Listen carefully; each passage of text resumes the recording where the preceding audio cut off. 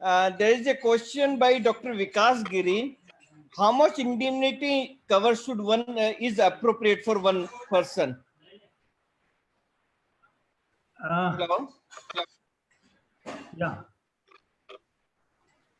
See, it all depends on the place that you are working and the the type of the clientele that you are having, the socio-economical and educational level of the clientele.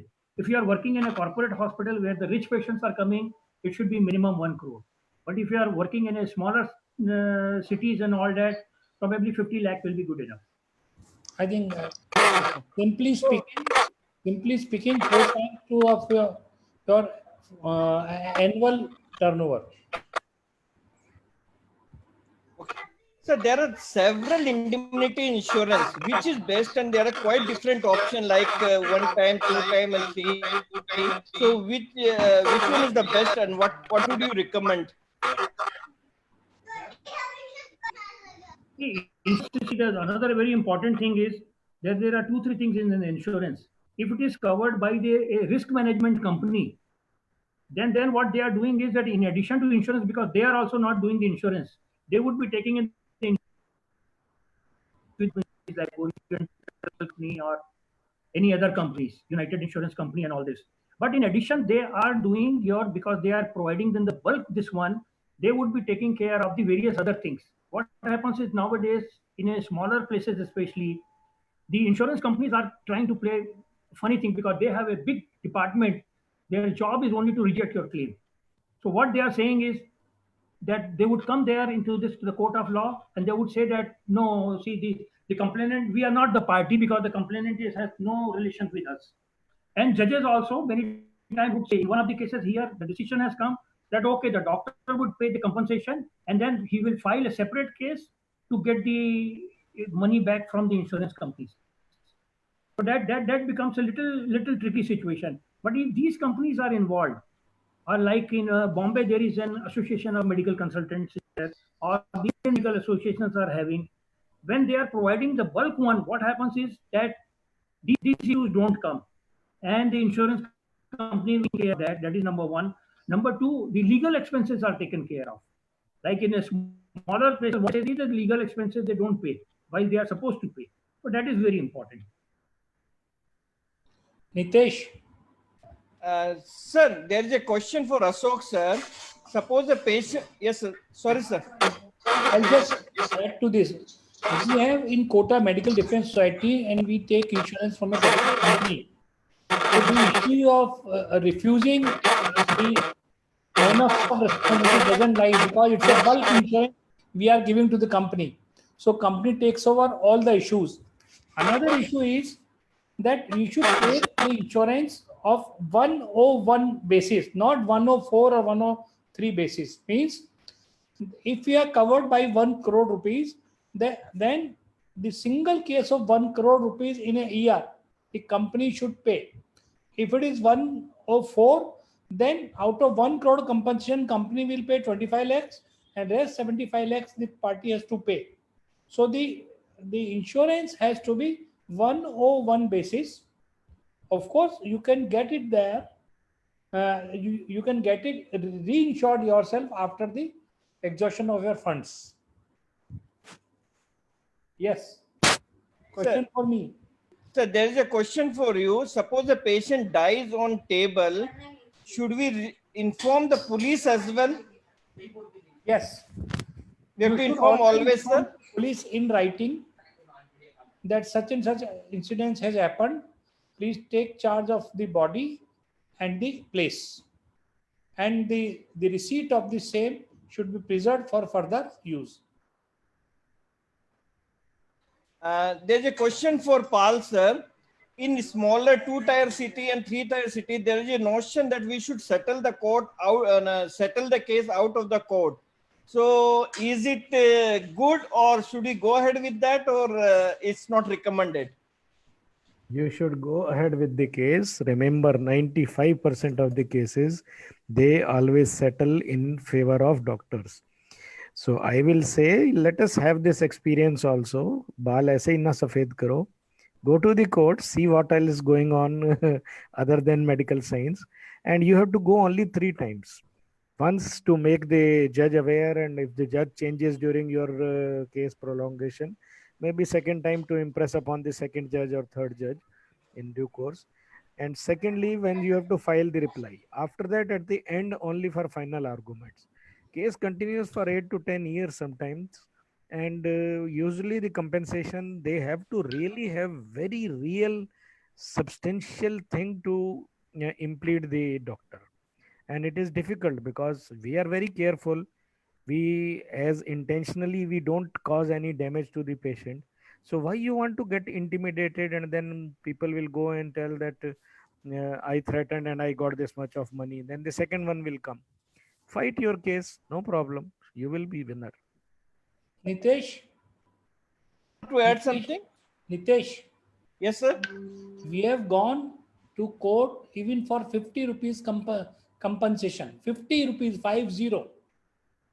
One of our ophthalmologist friend was asked for 50 rupees compensation because patient said that the number of spectacles were not correct and it was negligence. So our friend was ready to pay for 50 rupees and we refused. We will go to court. So not only we got the compensation of disturbance to the doctor, we got 10,000 rupees for unnecessary harassing the doctor. So you should be ready to go to court. Okay. So should the doctor represent in the court of law, or he can send his lawyer there? Ideally, doctor should always go to court because it creates a lot of impression on the court that we are on firm ground. We can tell the court about the nitty-gritties of our case as well as our firm footing and firm face. Always create impression to the board members.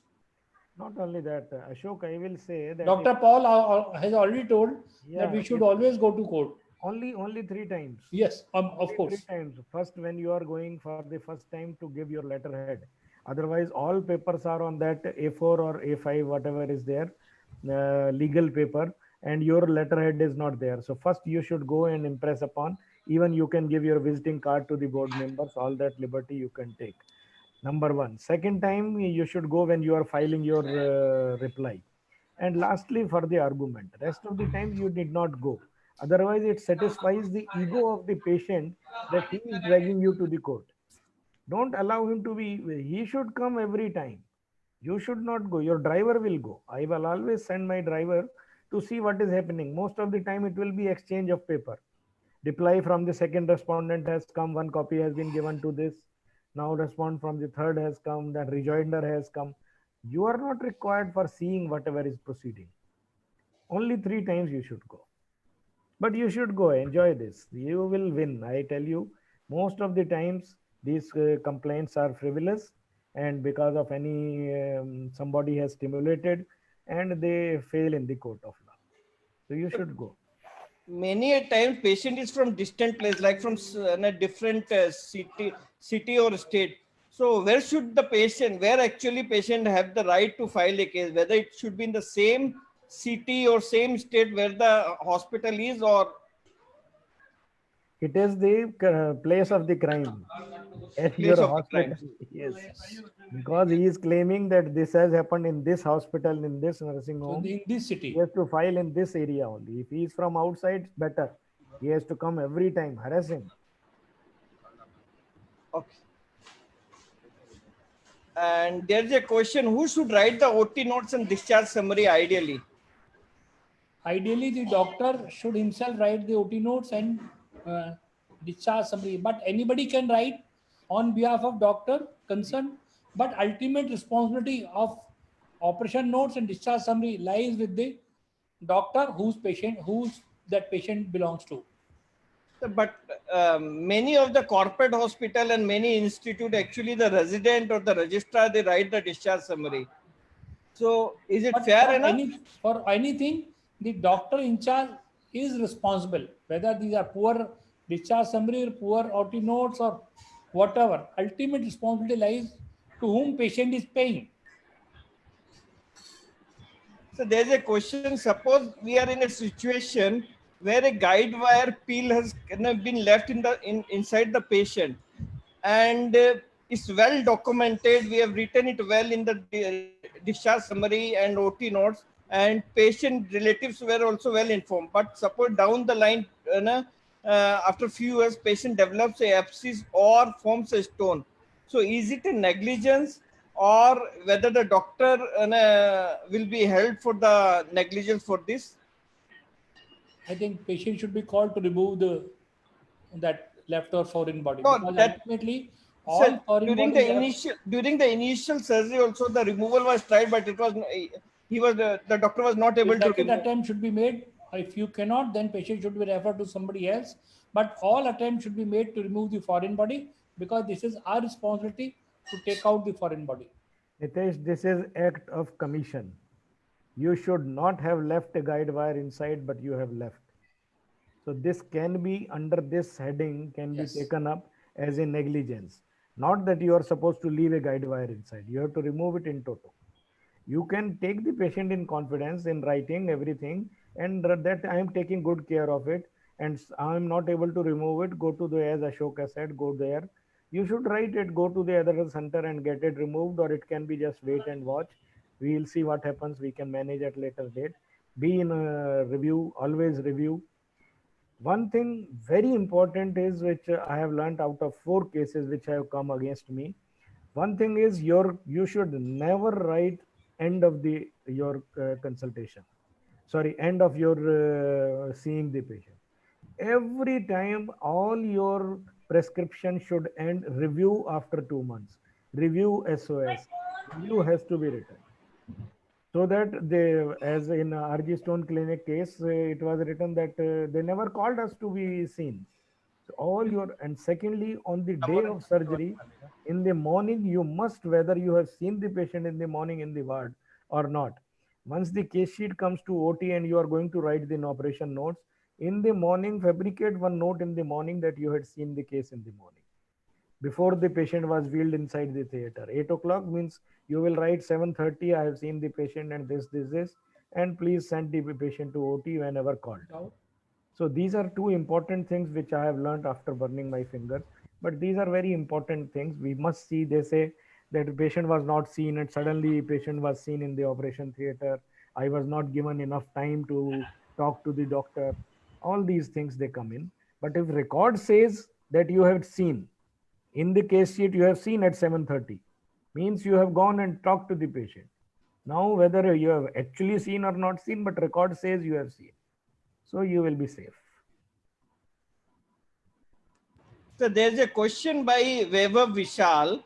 If a patient puts adverse comment against us on social media and causes harm to our reputation, what is best response? Ignore it or send a legal notice for defamation? Ashok.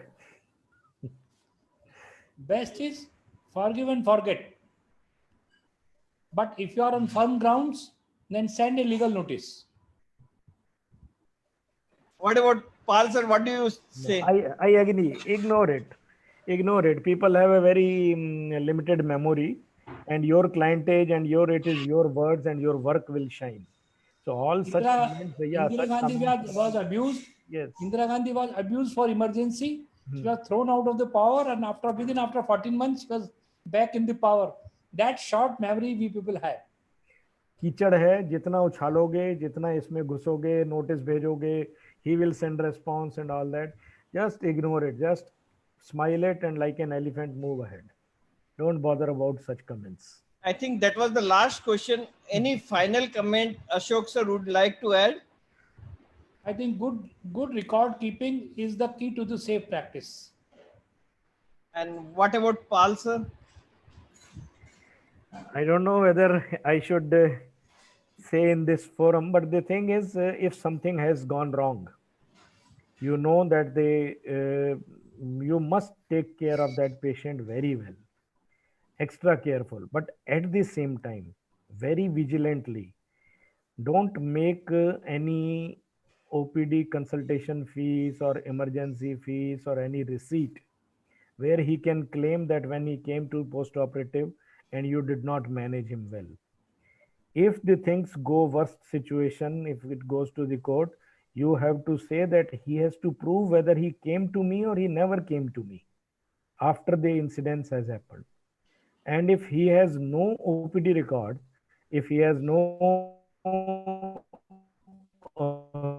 consultation fees record, if no visit to the casualty can be proved that he had come, you can simply say he never came to me after that. What can I do? So this is one safe practice, that take care of him with all due diligence and honesty and dedication and all, but try to withhold the records and receipts, which should not go to his hand. That is one very practical advice, maybe out of the way, but that is the practical advice. I think